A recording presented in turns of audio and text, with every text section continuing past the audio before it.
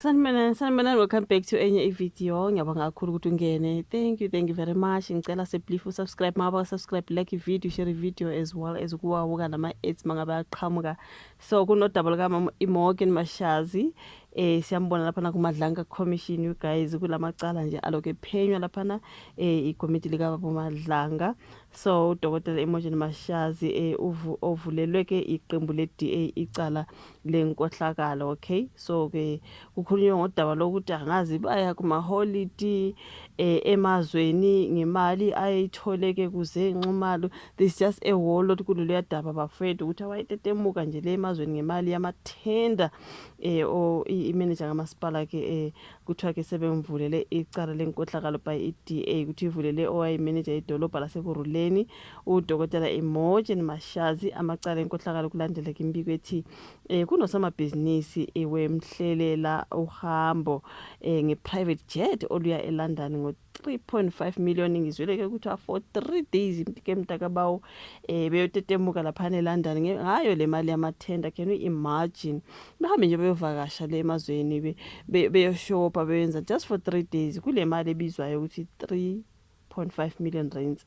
Imibiko yethu Mama Mashazi akazange aludaluleke lolu hambo emkhandlwini. So amalungu e-DA ayabuthane ngaphandle kwesiteshi samaphoyisa eJimmiston lapho ke omelele khona lenhlangano kwesobumeya ekurileni uKhathuchelo Rasilingwane. I think this is Rasilingwane or Rasilingwane.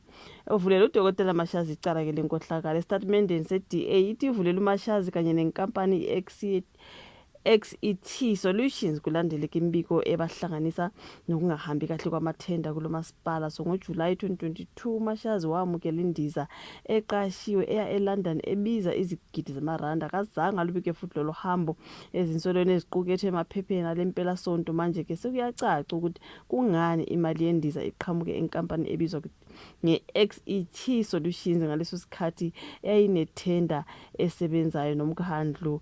I think mina mangimamela laphana ushiwo ukuthi nguZenxumalo. uZenxumalo lo kwathi futhi connected to Julius Malema into ekanjalo you guys. uZenxumalo nokutrenda kakhulu negama lakhe linokubizwa laphana ke kuMadlanga Commission.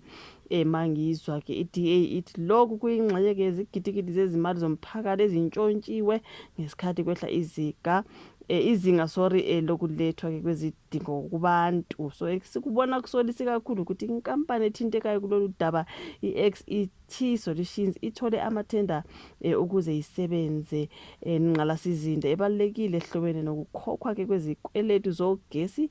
Ngakho ke iyathinteka ohlelweni lokukhokha kukamasipala. So ikakhulukazi inombolo yethenda yona ebhalelana eyakhishwa ke ngesikhathi uMzwandile Masina eseyimeya yanika i-XET Solutions umsebenzi wokulungisa ukuthuthukisa ukunweba enqalasizinda. So lolu hlelo lwaziwa ngelesola futhi yilona kanye olwaqhashazwa ithimba lezigebengu elahlomula 2 billion amarandi edolobha. So ngokushesha ngemva kohambo lukaMashazi lwaseLondon i-XET Solutions yanikezwa enye ithenda futhi unenombe ebhaliwe ukuze iqhubeke nokusebenza kusola kusho ke i-DA laphana ku-statement sayo.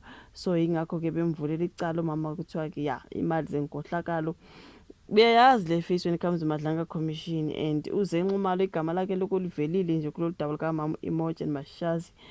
There's a whole lot you guys ukuthi uhambo lwabo ke lwalubiza ke 3 point something million beya nje ngaseLondon beyotetemuka ke mntakabawo ukuthi imali zamathenda ke lezo ungayiLondon okwamasuku amathathu wena uyoshopa nje uyijabulisa just 4 days ubuye. Hayi ukuthi ngaleyo mali wena ungahamba u6 months wonke mhlawumbe u3 months wonke you guys like 3 days. Hayi bayajabula abantu abaphezulu you guys ngoba imali nje uhlupheke nje ukwenza u1000 rand guys makukhulunywa ama-million mina ke hayi angeke. So kuthiwa ke i-DA isimvulela icala umami angimangalo ngoba iface yakhe ngiyikhumbula kwiMadlanga Commission. So hayi ngozima you guys ayamacala enkohlakalo maningi kakhulu.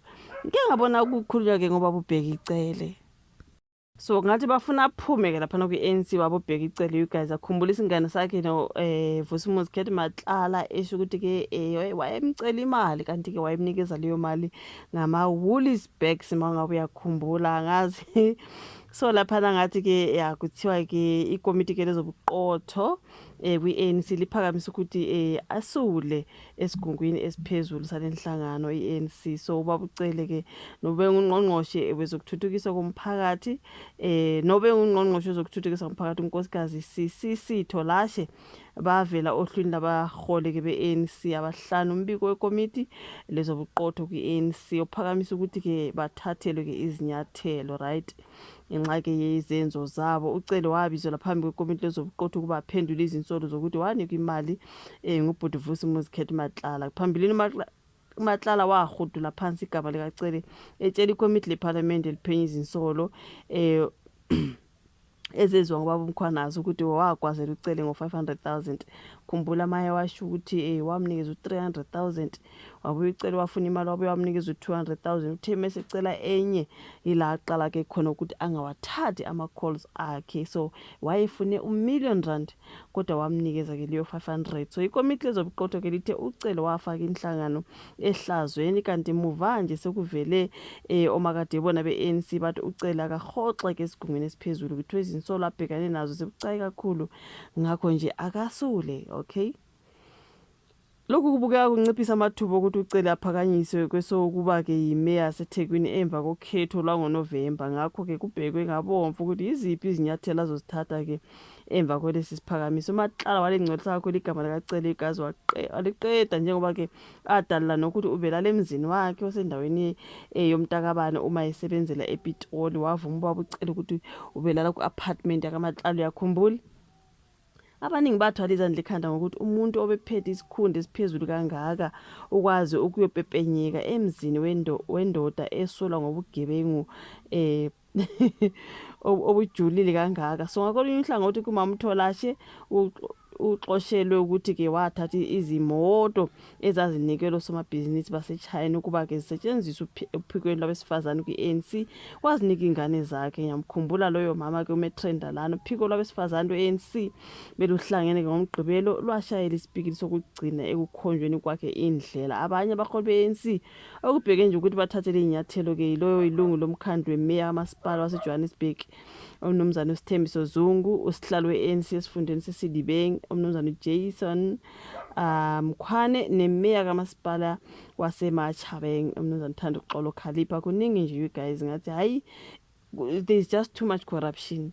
Baningi esizobabona nje bephume ekhundleni bexoshwa kuma-parties wabo nayo yonke into ke yani especially wabubheka iCele udaba lwakhe lwana Muzikhetho Matlala akuzange kuba idaba kwabonakala njengathi, because remember he was a minister of police. He was a minister of police and ubhuti Muzikhetho Matlala wasebenza kakhulu namaphoyisa phezulu ama-minister bani o-general bani ubengasebenzi nalaba bafana abancane nje o-detective ubesebenza nalaba phezulu, you know, athathe bona nje abafakela ekhwapheni so that into zakhe ke ubugebengu bakhe enze kahle izinto zakhe, you know what I mean. So imagine ubheka iCele eyolala ke ezindlini zoMatlala ecela imali kubo Matlala bemphathela yona ke ngama-woolies bags.